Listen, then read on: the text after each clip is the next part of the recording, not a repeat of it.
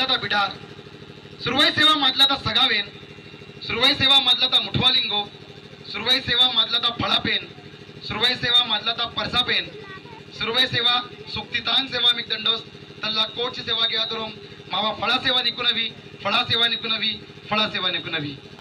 या ठिकाणी उपस्थित सगळ्या मातृशक्तींना, पितृशक्तींना आणि सगळ्या युवा शक्तींना, बालशक्तींना माझ्या सुरवाई सेवा जोहार.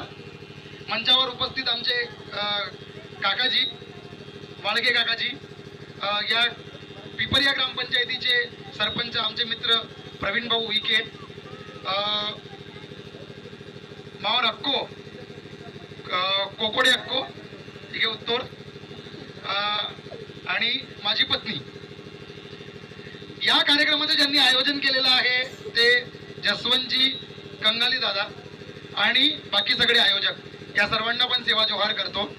आणि या कार्यक्रमासाठी प्रतिमेच्या स्वरूपात उपस्थित असलेले संविधानाचे शिल्पकार, ज्यांनी शिक्षण हे वाघिणीचे दूध आहे, जो प्राशन करेल तो विखुरल्याशिवाय राहणार नाही असं सांगून शिक्षणाचं महत्व पटवून दिलं, ते परमपूजनीय भारतरत्न डॉक्टर बाबासाहेब आंबेडकर इथे प्रतिमेच्या स्वरूपात उपस्थित असलेल्या आणि ज्यांनी स्त्री शिक्षणाचा पुरस्कार केला अशा सावित्रीबाई फुले, आणि ज्यांच्या जयंतीच्या निमित्ताने आपण हा खूप सुंदर कार्यक्रम घेतो आहे ते गोंडी संस्कृतीवरचं ज्यांनी काम केलं असे डॉक्टर मोतीरावन कंगाली सर. या सर्वांच्या प्रतिमेला आपण वंदन करतो. आणि मी माझं सौभाग्य समजतो की या फुलझरी गावामध्ये मला बोलायची संधी मिळेल. सौभाग्य काय, थोड्या वेळा आधी माझ्या पत्नीनं पण म्हटलं की इथे आल्यानंतर थोडं वाईट वाटलं की लोक त्याच परिस्थितीत आहेत. प्रवीण भाऊंनी सांगितलं की इथे काय अडचणी येतात, पण या सगळ्या अडचणींवर मात करून, या अडचणींचा सामना करून जे लोक लढत आहेत अशा योद्ध्यांच्या समोर मला बोलण्याची चान्स भेटलाय. अशा सगळ्या तुम्ही सगळे योद्धे आहेत, लड़ाकू, ज्याला फाइटर म्हणतो आपण, ऐसे फाइटर लोगों के सामने बात करने का मौका मुझे मिल रहा है, ये मेरा सौभाग्य. और इसलिए मैं बोल रहा हूं कि ठीक है, सरकार हमारे खिलाफ काम कर रही है, प्रशासन हमारे खिलाफ काम कर रहा है, बावजूद इसके अपने गांव में टिके रहना और अपनी संस्कृति को, अपनी जमीन को और अपने जंगल को बचाए रखने के लिए जो लड़ाई हम लोग देखते हैं हमारे पुरखों ने लड़ी थी, उस लड़ाई को असल में अगर कोई लड़ रहा होगा तो मैं देखता हूं मेरे एक पूरे क्षेत्र में फुलझरी के गांव के लोग लड़ रहे हैं. और मैं नया नया एडवोकेट हुआ हूं. मैं मतलब एडवोकेट बनना नहीं चाहता था, वकील बनना नहीं चाहता था, कभी नहीं सोचा था कि मैं वकील बनूंगा.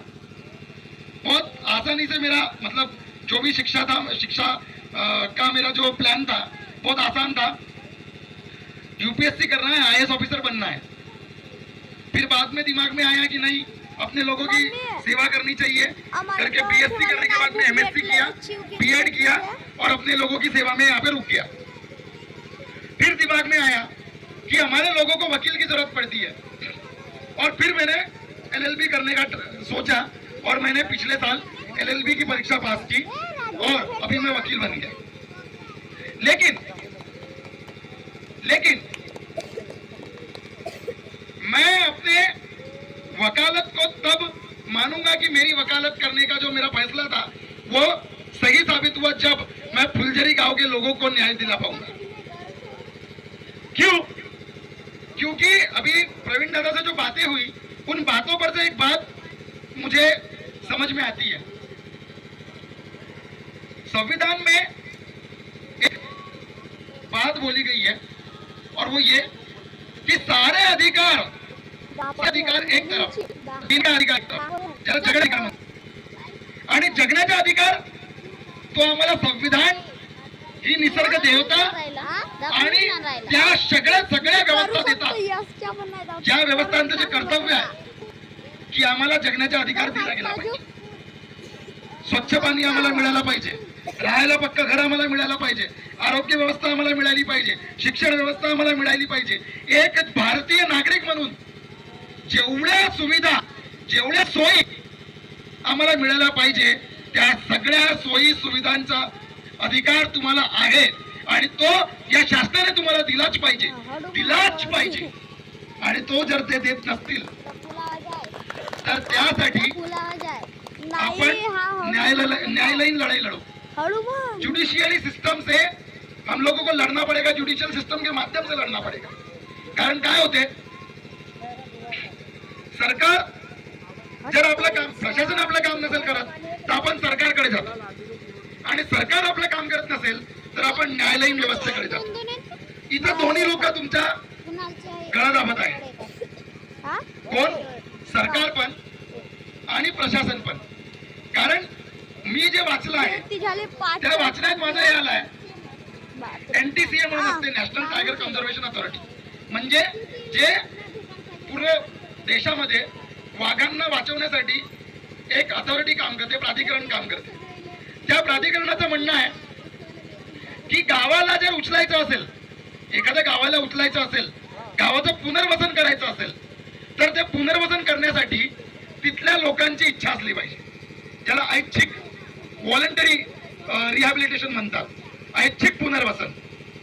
मग ऐच्छिक पुनर्वसन म्हणजे माझी इच्छा असेल हे गाव सोडायचं तर मी सोडीन आणि इच्छा नसेल तर नाही सोडणार. बरं, मग नाही सोडणार तर काय? नाही सोडणार तर मला जगण्याचे अधिकार नाही आहे का? जर मी फॉरेस्ट डिपार्टमेंटचं ऐकत नसेल तर मला जगण्याचे अधिकार नाही आहे का? तर आहे, बिलकुल आहे. तुम्ही जर डिसाईड केलं आहे की गाव सोडायचं नाही आहे तर नका सोडू. झक मारून या लोकांना तुम्हाला सगळ्या व्यवस्था द्याव्या लागतील. और अगर अधिकार मांगने से मिलता नहीं है ना तो छीनना पड़ता है. अगर अधिकार मांगने से नहीं मिलता है ना तो छीनना पड़ता है. और छीनेंगे कैसे? तो लड़ाई नहीं लड़नी है. हम लोगों को हाथ में शस्त्र लेकर लोगों को काटने के लिए नहीं जाना है. क्या करना है? व्यवस्था के खिलाफ लड़ने के लिए न्यायालयीन व्यवस्था है और उसके लिए कोर्ट में जाएंगे, लड़ेंगे और अपना अधिकार छीन के लेंगे अगर मांगने से नहीं मिल रहा है तो. क्योंकि हम वो लोग हैं. मला या प्रसंगी एक गोष्ट आठवण येते. जसवंत दादा, रानी दुर्गावती क्या हुई? रानी दुर्गावती अकबर की सेना के सामने 2-3 बार लड़ी, 2-3 बार जीती और एक बार हारना पड़ा उनको, और हारने के बाद में उनकी शहादत हुई. ये कहानी सबको पता है ना. रानी दुर्गावती अकबर के सामने लड़ी, लड़ने के बाद में उनको शहादत मिली है ना, ये सबको पता है. पर आपको पता है उनका जो बेटा था वीर नारायण सिंह, उसका क्या हुआ पता है आपको? बताता हूं. पूरी अकबर की सेना सामने खड़ी है. रानी दुर्गावती का शरीर एक साइड में पड़ा हुआ है और हमारे जो सेनापति और बाकी सेना थी वो सेना लहूलुहान पड़ी हुई है, खून से लथपथ पड़ी हुई है. और उस समय में गोंडवाना की रानी क्योंकि धरातल पर पड़ी हुई थी और उस समय में गोंडवाना का कोई नेतृत्व नहीं था, कोई राजा उस समय में नहीं था, क्योंकि रानी जो है अभी अभी शहीद हुई थी. उस समय एक 5 साल का बच्चा, एक 5 साल का बच्चा जिसका वजन मुश्किल से 10-12 किलो होगा, जिसका वजन मुश्किल से 10-12 किलो होगा, वो बच्चा आता है हाथ में एक 6-7 किलो की तलवार जो उसके शरीर से भी बड़ी है, जो तलवार उसके शरीर से भी बड़ी है और उसके शरीर के वजन के लगभग आधे से ज्यादा है. मतलब वो तलवार भी नहीं उठा पाएगा. वो बच्चा उस मुगल सेना के सामने उस तलवार को लेकर निकलता है और आता है और बोलता है कि गोंडवाना को बचाने के लिए और इन मुगलों से लड़ने के लिए मैं तैयार हूं, मैं तैयार हूं। उस बच्चे में ताकत कितनी थी नहीं पता, वो बच्चा उन मुगल सेना से लड़ सकता था कि नहीं नहीं पता, लेकिन जज्बा देखो, लड़ने का जज्बा देखो कि लड़ूंगा, गोंडवाना के लिए लड़ूंगा, मेरे राज के लिए लड़ूंगा, मेरे लोगों के लिए लड़ूंगा, मेरे लोगों के अधिकारों के लिए लड़ूंगा और लड़ूंगा। और लड़ाई में मुझे शहादत मिली तो वो भी स्वीकार करूंगा। ऐसी भावना से ओतप्रोत वो बच्चा था और वही भावना मुझे ये फुलझड़ी गांव के लोगों में दिखती है। लोग कम होंगे, 50 लोग, 50 घर थे यहाँ पे, 25 घर यहाँ से निकल गए, फिर भी बचे हुए 25 घर लड़ाई लड़ रहे हैं, अपनी लड़ाई लड़ रहे हैं और वो लड़ाई में जीतेंगे, इसका विश्वास मुझे है। आप जीतोगे और आपकी इस लड़ाई में ये मुकेश पेन्नाम हमेशा आपके साथ खड़ा रहेगा, ये वचन देता हूं। और इसके लिए जो जो करना पड़ेगा वो सब करेंगे। यहाँ पे प्रवीण दादा है, कंगाली दादा है और बाकी सब लोग हैं, इन सब के साक्ष्य से बोल रहा हूं कि ये मुकेश पेन्नाम आपके साथ लड़ाई में हमेशा खड़ा रहेगा। देखते हैं कौन आता है आगे और हमारे अधिकारों को छीनता है, हमारे अधिकारों से हमको वंचित रखता है। लड़ेंगे जरूर, क्योंकि हम उस रानी दुर्गावती की संतान है जिसका बेटा 5 साल का होते हुए भी वो तलवार लेकर मुगलों के खिलाफ लड़ा था। वो जज्बा हमारे अंदर है और रहेगा। और इसलिए मैंने बोला शुरुआत में कि मैं योद्धाओं के सामने बात कर रहा हूं। ये सारे योद्धा हैं, इन योद्धाओं के सामने बात कर रहा हूं और योद्धाओं के सामने बात करते समय में मेरी छाती एकदम फूल जाती है। मुझे गर्व है कि मैं उन लड़ाकू लोगों के सामने खड़ा हूं जो अपने अधिकारों के लिए टिके हुए, अटके हुए, पानी बंद कर दिया, नल की व्यवस्था नहीं है आपके गांव में तो भी टिके हुए, स्कूल की व्यवस्था को बंद करने की कोशिश हो रही है तो भी टिके हुए और किसी सरकार पर डिपेंडेंट नहीं है। देख रहा हूं मैं, लाइट नहीं है गांव में, फिर भी कोई फर्क नहीं पड़ रहा है। यही जज्बा है लड़ाई का और ये जज्बा ही आपको जिताएगा, ये पक्का है। खैर और ज्यादा बातें नहीं करूंगा, बस इतना ही बोलना चाहूंगा कि आज कंगाली दादा ने जो विषय किया है, मैं इस बात को सराहता हूं कि एक तरफ मैं बार बार बोलता हूं, जहां पे भी जाता हूं एक विषय हमेशा बोलता हूं, हमें प्राचीनता और आधुनिकता ये दोनों का मेल करना है। हम लोग हमारी संस्कृति एक जगह कुछ लोग पीछे छोड़कर आए और मॉडर्नाइजेशन की तरफ बढ़ रहे हैं, आधुनिकता के तरफ बढ़ रहे हैं, धोती छोड़ के जींस पैंट पर आ गए क्योंकि समय की जरूरत है।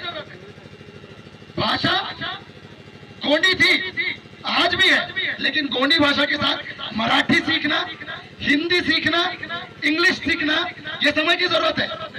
और इसीलिए प्राचीनता को टिका के रखने के लिए गोंडी लिपि और आधुनिकता को टिका के रखने के लिए इंग्लिश, ये दोनों सीखने के लिए साधन उपलब्ध कराया गया है। ये सबसे बड़ी बात है। और ये लोग आने वाली पीढ़ी, क्या जो हमारा आने वाला पीढ़ी है, जो हमारा भविष्य है, ये भविष्य योद्धा बनकर जब निकलेगा तो ये योद्धा सिर्फ शरीर से योद्धा नहीं होगा तो दिमाग से भी योद्धा होगा। इन लोगों को हमको उस तरीके से तैयार करना है और करेंगे, पक्का करेंगे। खैर समय भी बहुत हो चुका है और मुझे जो बोलना था मैं वो बोल चुका। बोलने के लिए बहुत सारी बातें हैं पर योद्धाओं के सामने ज्यादा बात नहीं करते, काम करते हैं और काम करेंगे। अब काम करेंगे, देखते हैं क्या क्या कर सकते हैं और जरूर करके देखेंगे। बस आखिर में एक कविता जो मैंने लिखी है, मैं हर जगह पे वो बोलता हूँ, यहाँ पे भी बोलूंगा और अपने वाणी को विराम दूंगा। कविता ऐसी है, जो भी गोंडवाना के शहीद हुए हैं उन लोगों को मैंने ये कविता समर्पित की है। उस दिन जो किया था तुमने दोहरा न पाया आज तक कोई। उस दिन जो किया था तुमने दोहरा न पाया आज तक कोई।